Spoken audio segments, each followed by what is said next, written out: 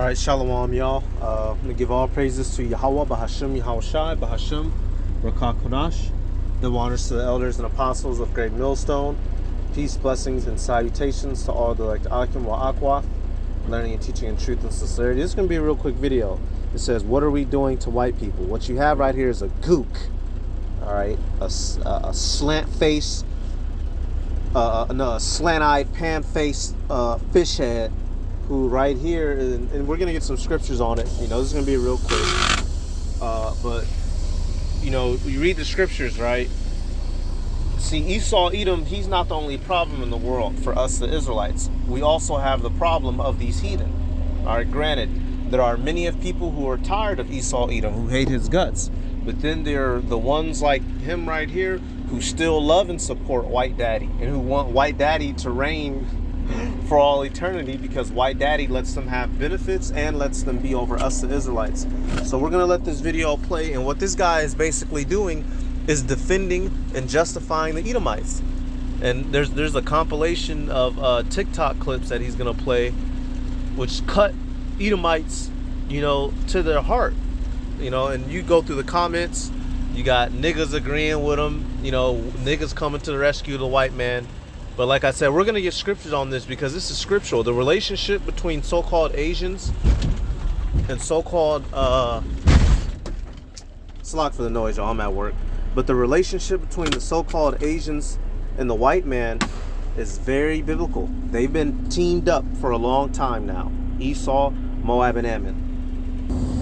All right, so let's let her play.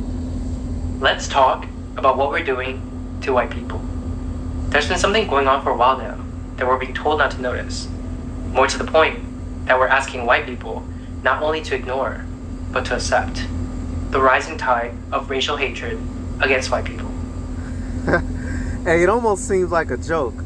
It says the rising tide of racial hatred against white people.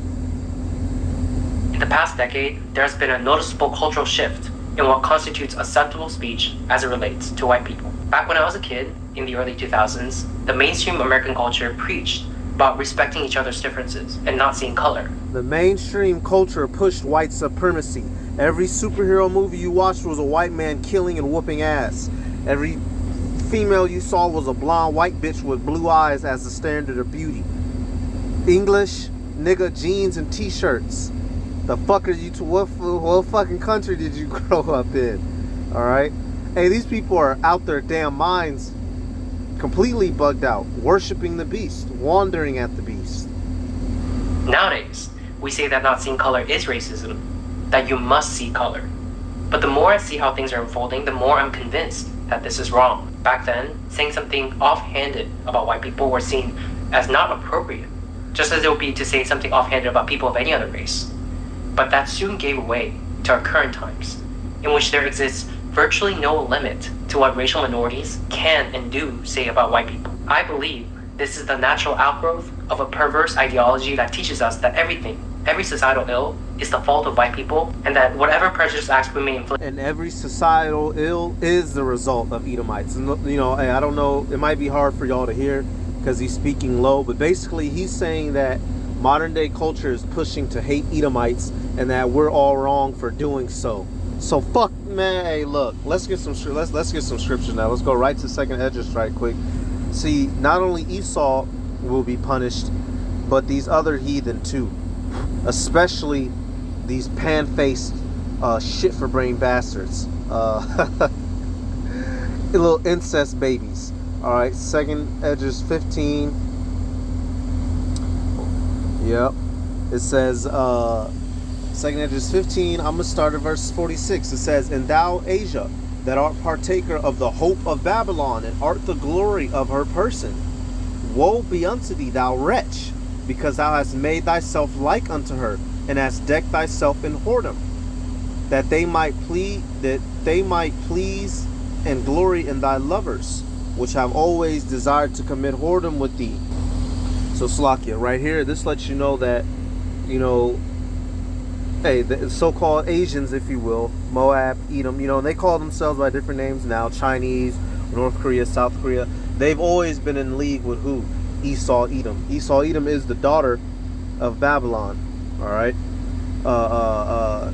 You see that he's sitting there speaking English with westernized clothes on. He's not speaking fucking Mandarin, Chinese, or Cantonese. He's speaking English. All right, and towards the end of verse 47, it says, which have always desired to commit whoredom with these. So these motherfuckers been in a bag together, been effing us over. Because if Esau stays up as his contemporary, Moab and Ammon, they'll be up on top too. And they know that. They know that as long as they help Edom oppress us, the Israelites, and they get to run around a little bit freely. So, they want Edom to be up at top. All right, let me see what the first... Okay, yeah, we'll go to Ezekiel now. I'm going to let more of that clip play, because then he's going to show a bunch of TikToks of people getting on Esau Edom, which rightfully so. And this is the time for this man to be cast out, and his past sins are catching up to him, and he doesn't like it. Well, oh bad, too sad. You killed everybody to gain the world, so now you have to be reproached. And there's one girl in particular, and she's an Asian herself, a gook. She gonna make a couple statements, that's pretty spot on. Of white people, and that whatever prejudice acts we may inflict upon them does not constitute discrimination because we don't have the power to discriminate. And alarmingly, this is particularly... And this is true. The most a nigga can do to you is rob you or beat you up. He can physically harm your persons. Outside of that, a nigga does not have any effect on anything that happens on planet Earth. The white man, if you piss him off, he can send an entire invading force to wipe you the fuck out, your people, your entire country, to bomb you out of here. A nigga can't do that. A spit can't do that. So yes, we can be prejudiced, but we don't have the power to display supremacy. We don't have the power to brainwash and to completely rewrite history yet. And so let's let some of these TikToks play of people getting on E, and he's offended. You look at motherfuckers in the comment, where that one bitch at? Where this bitch at? Let me see. I was looking at the comments last night. Here we go. Here's one. As a Hispanic, I also noticed the same thing. And every time I point this out, I get called a white apologist. Or people just say, yeah, you are. Your people have been conquered and destroyed, and here you are standing up for Edom. This is what's wrong. This is what's wrong with the people, y'all. Esau has these niggas' hearts. It says, I'm a black American, and this just hurts me. The people seem to be brainwashed, and I can't understand this mindset. Niggas, man, niggas. As a black man, sir, I totally agree with you. I see it. We all see it. Thank you for speaking. Man, hey, look, y'all. Hey, a lot of people gonna die. A lot of people gonna die soon. Real soon, all right? Where does this lead to years down the line? You have a token white, and you're hanging out. So it might be very hard to hear some of them. Listen to, try to read the subtitles if you can. Some of these TikToks. Your friend group of color. You need to ask permission from everybody in the group to bring your white friend. Don't just bring them. I might not be in the mood to deal with white shenanigans that day. That's all I'm saying. And another thing, it feeds into their ego.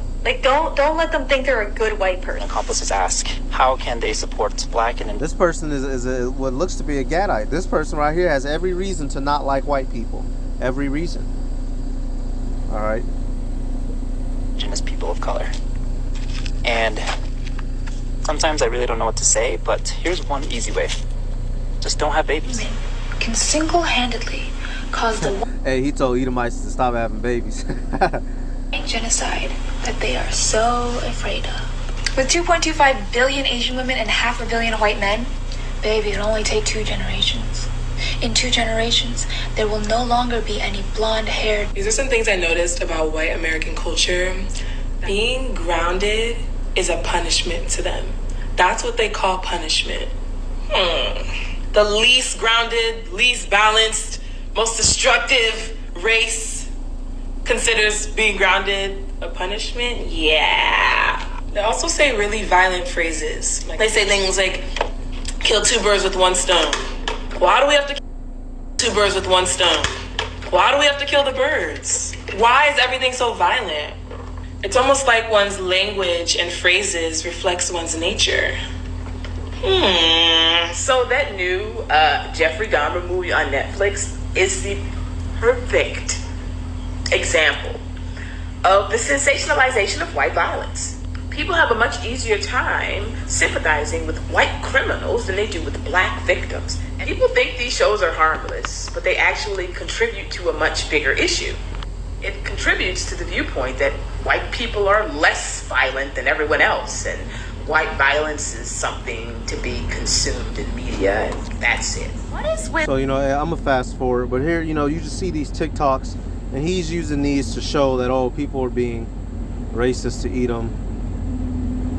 You know, don't be mean to Whitey.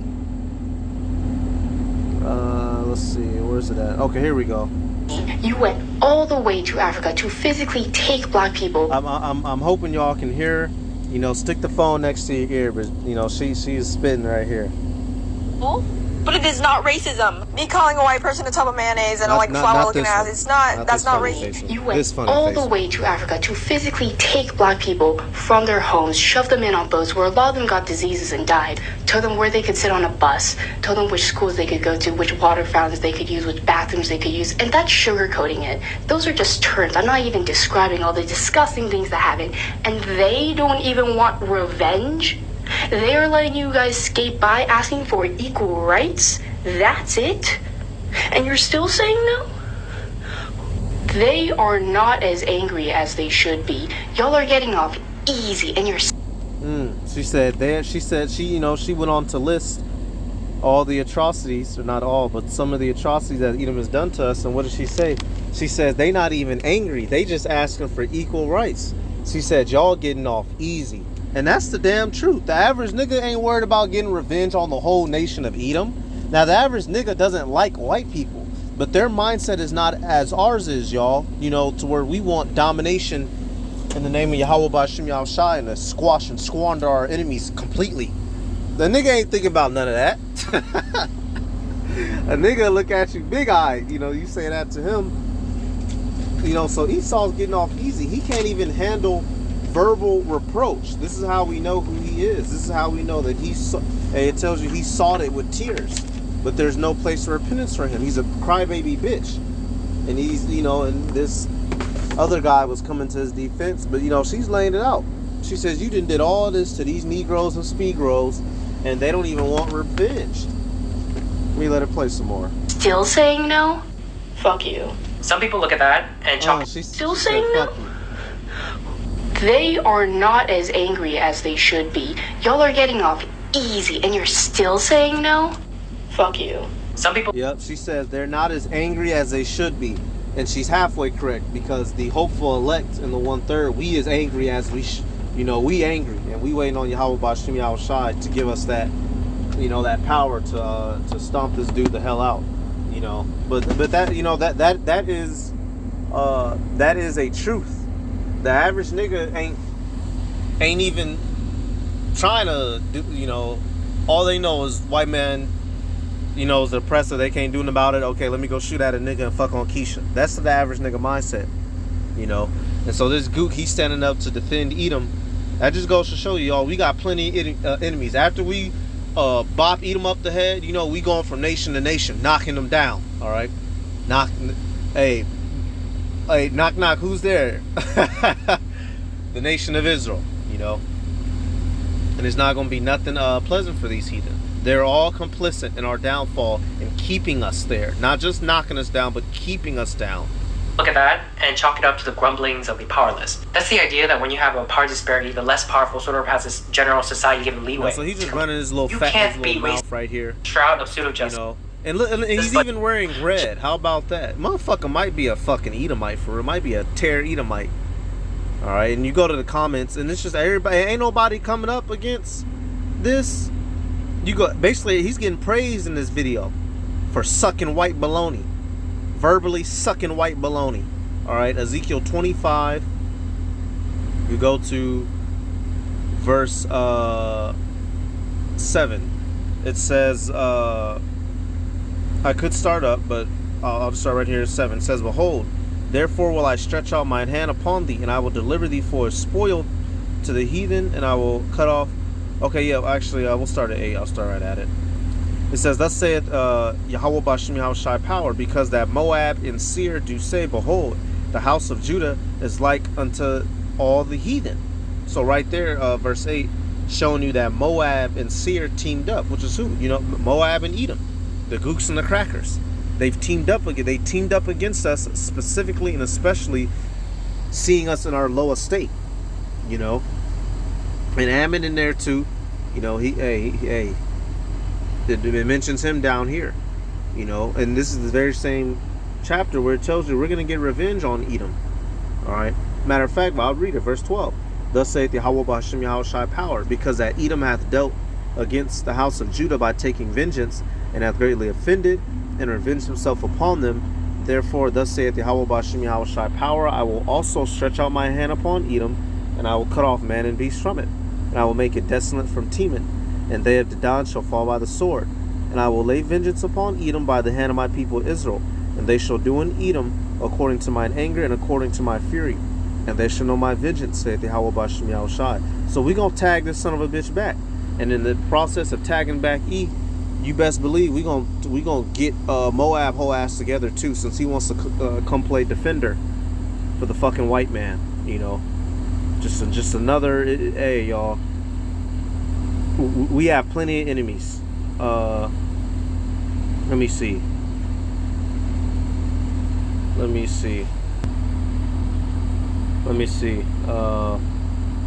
Okay, yeah. So, hey, we'll do this. Isaiah 11 and 13, it says, "The envy also of Ephraim shall depart, and the adversaries of Judah shall be cut off. Ephraim shall not envy Judah, and Judah shall not vex Ephraim." So the Heavenly Father is going to reunite the nation of Israel, beginning with the elect. Verse 14, it says, "But they shall fly upon the shoulders of the Philistines toward the west, and they shall spoil them of the east together. They shall lay their hand upon Edom and Moab, and the children of Ammon shall obey them." You know, so we're going to get all of them because they've all been in a team against us. We're going to crack all they fucking domes. All them gooks and E. Since he wants to stay on the ship as it goes over, then bitch stay on it as we tip it. You know, there's another one in Psalms. But is this it? Yep. Okay, it's in 60 and it's in 100. Yep, it says, Salaki, y'all. Hey, look, as I'm in the middle of talking, the almighty white man, you know, I'm here at work in my work truck. This motherfucker just hops and pops up in my truck, you know, in my passenger seat. Like, motherfucker didn't knock, didn't wave, didn't get my attention first. You know, this, hey, look, you heathen, that's why, hey, y'all believe, for whatever reason, you heathen, you believe that this is your world, but you're about to be reminded that this world belongs to, first and foremost, Yahweh B'Hashem Yahushai, and then his chosen people, us the Israelites. We're gonna smash you motherfuckers. Motherfucker didn't even knock on my door, just came and hopped up and interrupted my video. Alright, Psalm 16:8. "Moab is my washpot, and over Edom will I cast out my shoe. Philistia, triumph thou because of me. Who will bring me to the strong city? Who will lead me into Edom?" And it's going to be Yahweh B'Hashem Yahushai. All right, Yahushai literally is going to be down here. Him and the 144,000 and the angels are going to be knocking down these kingdoms, and Moab is included in that because he's an adversary to us, you know, as well. So I'll get one more to bash on his head, or you know, two more actually. I said Moab. Isaiah 16 and 6. "We have heard of the pride of Moab. He is very proud, even of his haughtiness and his pride and his wrath. But his lies shall not be so."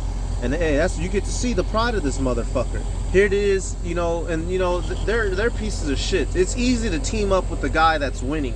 It's easy to team up and be on the side of the group of the people who have control of the planet and who can bomb you out. You know, don't nobody want to come fuck with the underdog and stand up justly for us. And which, you know, the people in the TikTok clips, they were standing up for Jake or whatever. But you get what I'm saying as a mass.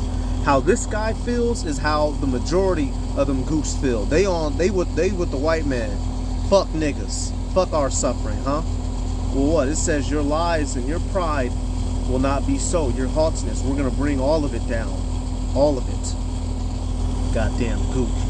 Getting approached by a goof. Motherfucker, I could shake my hands in front of your face. You won't know where they at. Cause you can't see. God damn it. Let me get Where's that? Jeremiah. Then we'll end it on this one. Fucking gooks. If it's something I don't like, I know I don't like a gook. All right, Jeremiah 48:11. Moab hath been at ease from his youth, and he hath not settled on his lees, and hath not been emptied from vessel to vessel. Right. Hey, so these Moabites and Ammonites, y'all, they've been kind of, you know, they've had their wars, they've had their issues, but as you see, they still have their heritage. They still have their country to go to. They haven't been uprooted and enslaved and debauchered. All right, you know, Esau went over there, you know, he whooped their ass a little bit, but Esau done cut deals with them. He good now. He let them star in movies, let them have karate movies, you know, Noodles and Oodles, Noodles and Company, all that bullshit. You know, Moab hasn't suffered like how the nation of Israel has suffered. That's for damn sure. He has not been emptied. He has not been drawn out of his land and taken captive in history, erased left and right. All right. It says, neither hath he gone into captivity. Therefore his taste remained in him, and his scent is not changed. So, you know, this asshole, he's still sitting up in his position like he's a somebody. But we're going to see real soon. We're going to see if you still want to talk that talk and wear that red when Yahweh Shai gets here. All right. You know, so I'm going to give all praises to Yahweh, Bahashem, Yahweh Shai, Bahashem, Rakach Badash. Double honors to elders and apostles, Great Millstone. Peace, blessings, and salutations to all like Akim Aqua, learning, teaching, and truth and sincerity. Shalom.